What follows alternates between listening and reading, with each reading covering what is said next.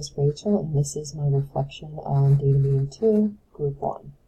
So I used my exploratory questions to determine my artifacts, and the exploratory question of focus was, what are the students struggling with that is causing them to fail or drop out of the program?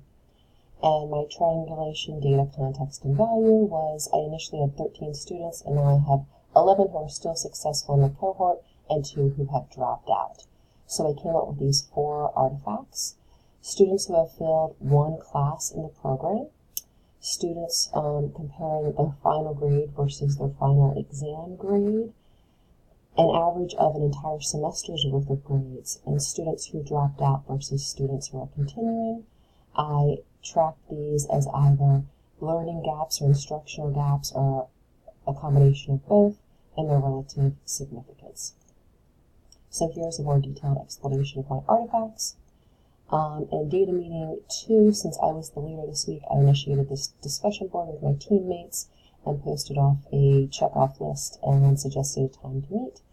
We came up with the time to meet, and during our meeting we decided, since I still have access to my data and a bunch of data points still available, we decided to use my data for the rest of the project. It was nice to have my team to talk with about my artifact tracking sheet so they could give me feedback and made me feel more confident about the artifacts that I selected.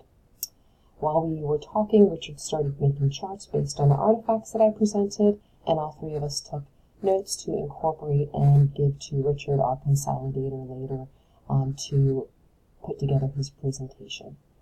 So, based on this meeting, it was more efficient and shorter than our last data meeting. I believe that was due to the fact that we're getting to know each other better, and our team, who equally contributes, makes an efficient working atmosphere.